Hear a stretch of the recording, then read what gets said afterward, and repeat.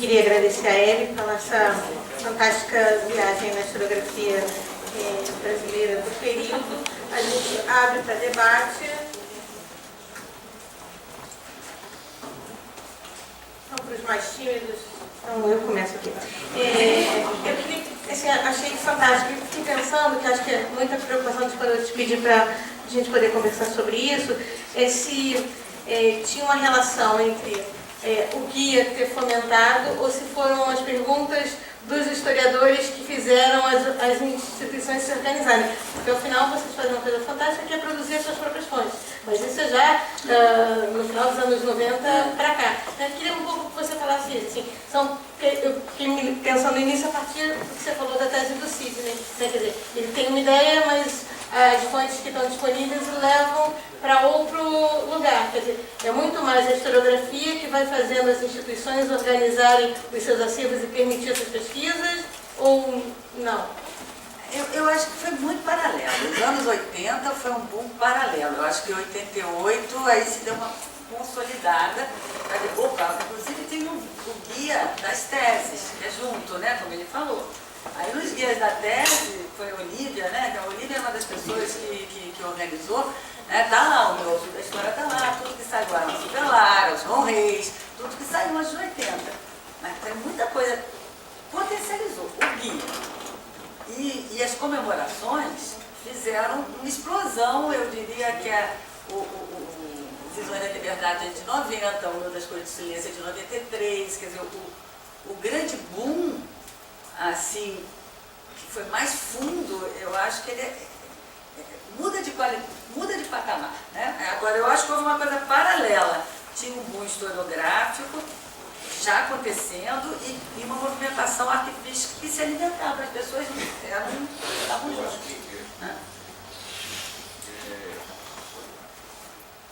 Foi. O que eu acho também, exatamente, professor, eu concordo. Porque a gente tinha demandas específicas de historiadores, que eram muito focados em determinada forma de ver a fonte e de interpretar essa fonte. Ao propor novos caminhos, você obriga as instituições a oferecer instrumentos novos para a difusão dessa, para cruzar essa informação. Então, por exemplo, os inventários. Você só tinha possibilidade da pesquisa do inventário especificamente pelo nome do indivíduo. Ao construir as bases de dados, você constrói a base de dados, você constrói todos os envolvidos no processo. Ambas as partes. Então, quem era o inventariado de quem e quem era o beneficiário do inventário. Então, você já cruzou uma série de informações. E aí isso vai aumentando. Quando eu fui para a sala de consultas, quem trabalhou no Arquivo Nacional há muito tempo, como Bia, professora, acho que a professora não me pegou lá ainda. Os inventários eram fichas do fichário que depois foram xerocadas e criou-se uma pilha de instrumentos para poder consultar, e que era péssimo. Né?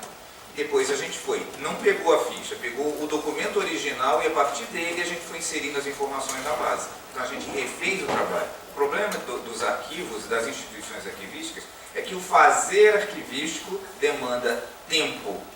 E nem sempre é o que as pessoas gostariam que fosse feito. Então a gente não tem, a gente espera o retorno do historiador, com certeza, para que ele nos dê o caminho, porque se um acervo está sendo muito consultado, e se ele não está oferecendo, a gente pode juntar as duas partes e tentar resolver. Esse que é o grande lance. Né? Essa que é a grande coisa. Trazer esses dois juntos e chegar, porque nós nunca vamos, é igual a lei, a gente está sempre correndo atrás, a gente nunca está à frente, os arquivos nunca estão à frente.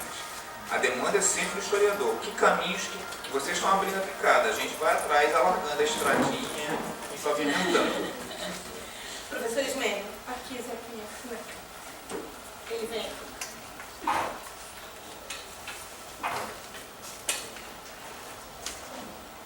Bom dia a todos.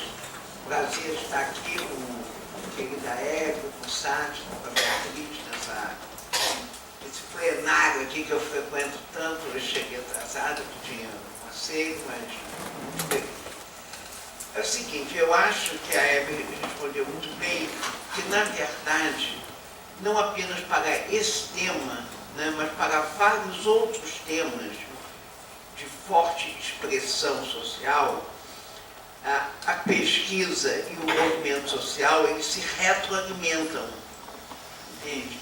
Quer dizer, eu outro dia participei de uma mesa sobre o feminismo, quer dizer, a AMPU inteira, no Brasil inteiro, fez uma mesa, não sei se sabem disso, né, às 5 horas da tarde, com as feministas históricas de cada estado do Brasil, porque uma professora de Santa Catarina estava sendo atuada na justiça, quer dizer, sofrendo, né, um processo judicial, porque ela estava dando um curso de feminismo e uma aluna que se inscreveu no curso se considera antifeminista e conservadora, disse que era assim, e se sentiu constrangida por isso.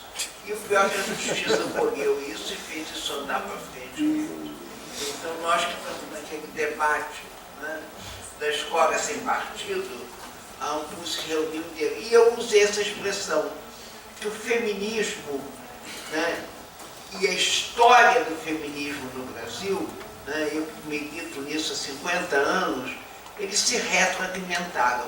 É exatamente a mesma coisa que eu presenciei no caso dos estudos da escravidão.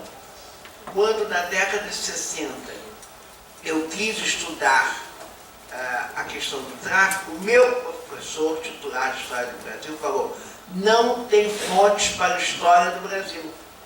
Não existem as fontes para a história do Brasil. É impressionante. Quer dizer, vai ser na década de 80, né, que o Eduardo Silva escreve um artigo mostrando que nós já sabíamos disso, né, ele sistematizou aquilo, quer dizer, como se gerou essa lenda. Rui Barbosa, primeiro ministro das Finanças, que sempre a abolição quis ser feita no Brasil com indenização. Tem um volume deste tamanho do Conselho de Estado, chamado Elemento Servil, em que os conselheiros estão discutindo a indenização que eles querem, né? O conselheiro Paranhos, pessoas ilustres. Um deles chega a querer, vai ao direito latino, parte, sequito ventre, e dá o exemplo que se uma égua jovem fosse morta, o seu dono tinha que ser indenizado não apenas pela égua, mas pela sua capacidade reprodutiva. Eles queriam também a reprodução. Então, o impacto dessa abolição feita sem indenização naquela sociedade foi muito grande. E o Rui Barbosa sabia que o principal elemento para a indenização eram as guias da alfândega. É lógico que havia as coletorias, né, dos municípios, que eu usei na minha tese, que estavam publicadas nos relatórios do presidente da província, né? Mas isso não aconteceu, né? Nós sabemos que apenas os documentos das alfândegas, e mesmo assim não de todas, como mostrou o Alberto Conrad, foram queimados, né?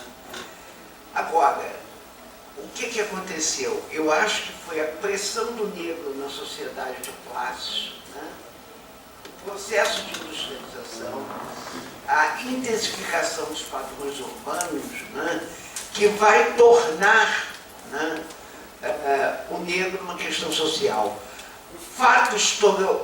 A produção historiográfica é um fato social. Ele acontece por pressão social. A história dos velhos, por exemplo, né, o ano de 88, quando eu estava na França, foi o tema que mais se publicou na França nas ciências humanas e sociais, foram estudos sobre o velho e a velhice. Por quê? Porque o velho e a velhice estavam se tornando um problema para aquela sociedade. Isso é no ano de 88, que esse levantamento dos catálogos de publicação. Então, eu acho que no caso do negro foi a mesma coisa. A professora Hebe fez uma belíssima exposição aqui sobre a revolução. Sático, da mesma maneira, historicizou esse esforço na área documental. Agora, a professora Hebe foi um pouco modesta, né? Me parece, porque como ela é autora, junto com o nosso grupo de pesquisa da UF, onde está Marcos Esteves e outros colegas, né? Na verdade, eu sou mãe de negra, eu tenho 2 filhos brancos da minha barriga, do meu corpo, e tenho uma filha negra no meu coração maravilhosa.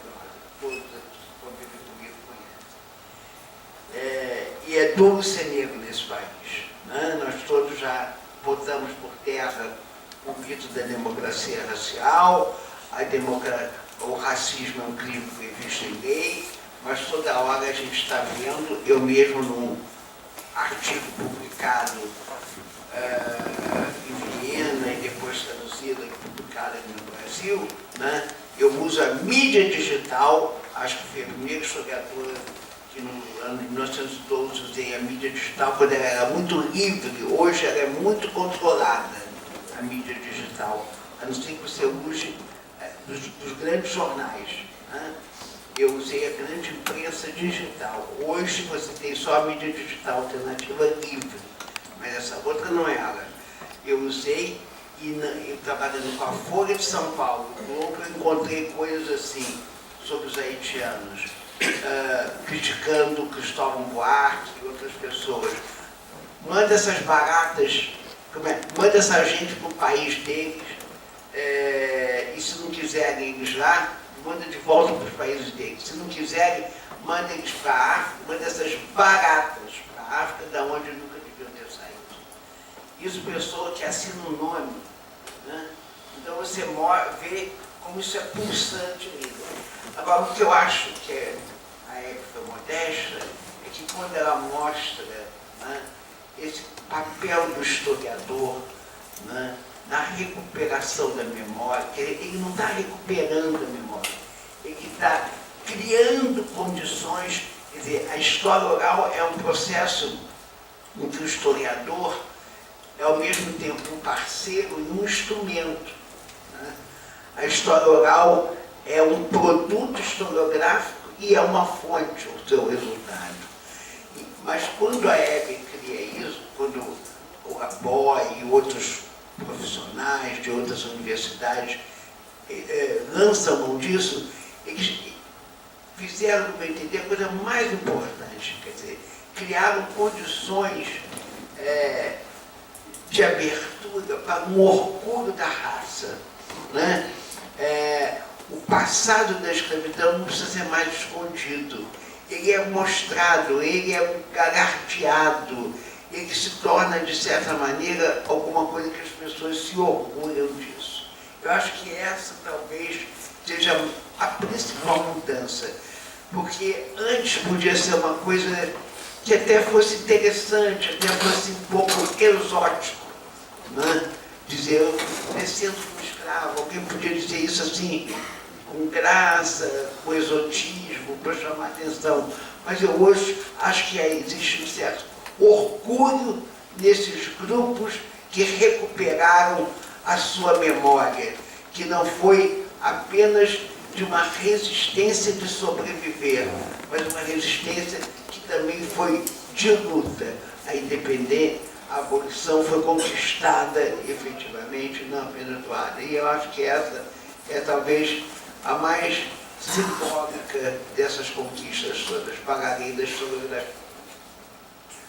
Mais ou menos.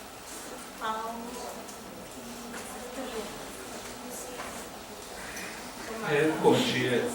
Eu estou entrando nesse universo muito recentemente, como arquiteto, uma vez que eu fiz o processo de tombamento de docas Dom Pedro II, do André Rebouças, e que abre realmente uma série de questões próprias minhas. Mas também, vendo a mesa, me surgiu algumas outras questões. Uma, como é que o processo de liberdade das primeiras levas de escravos chegados ao Brasil né, Bahia, Nordeste, etc. e tal, né, influencia depois nas migrações para o Rio de Janeiro e num processo como a própria família Rebouças, né, que chega aqui já numa condição de contato direto com a família real e numa posição muito privilegiada, 3 filhos engenheiros, né, tios, conversas com a Keila, né, tios músicos que tem, então uma posição social bastante relevante, né, e como é que isso se dá nesse processo histórico, né, de, vamos dizer assim, negros antigos no território brasileiro, né? A outra questão que se coloca, para mim, pessoalmente, aí, uma curiosidade, é o momento seguinte da abolição nas fazendas de café. Há uma procura de reunião dessas nações, porque certamente existiam identidades, línguas, dialetos, que se procura reorganizar a partir do momento que o sujeito está livre no território, né? Então, se essas migrações, elas buscam concentrar em determinados locais determinadas origens, né? Se há um reagrupamento desses africanos, né, e seus descendentes no território, né? Se isso é possível ler, se o quilombo de São José tem maioria de origem de algum lugar, se o quilombo do Bracuí tem maioria de origem de alguma etnia própria, né? E, por fim, se as fontes de registros das fazendas